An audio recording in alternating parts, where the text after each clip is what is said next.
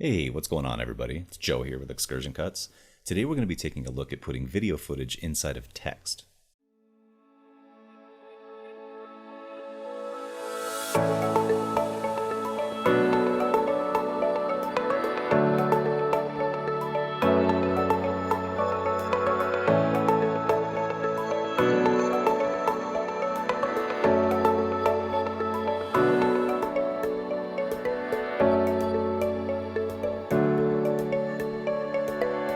So this is a slick little effect that you can do where we basically take this background footage right now that is fire and sparks, and instead of having the text being overlaid on top of the fire element, I want to have the fire and sparks be inside of the text and visible nowhere else. So pretty easy to do. The way I have this stacked here is I've got my text element on the top layer, this is video 2, and I've got my background elements, the sparks and the fire, over here on video 1. So if we come over to our effects, we're just going to look for an effect under keying called track matte key.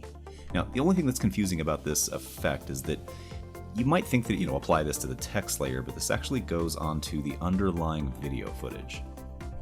So I'm going to come over here, I'm going to select this, and right over here where it says matte, there's a drop-down menu. I'm going to select the layer that my text is on, which in this case is video 2.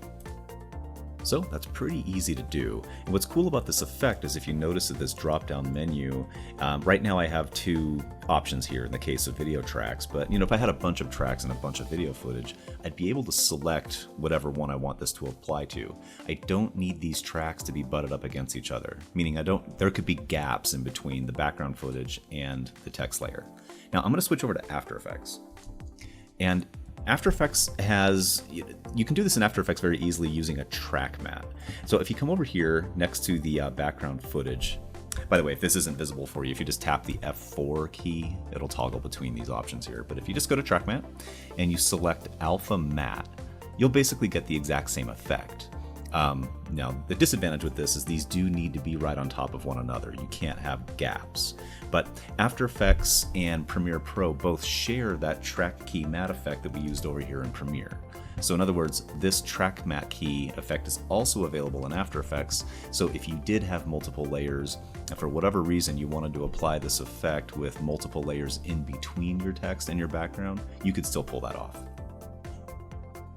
Alright, I hope you found this quick tip useful.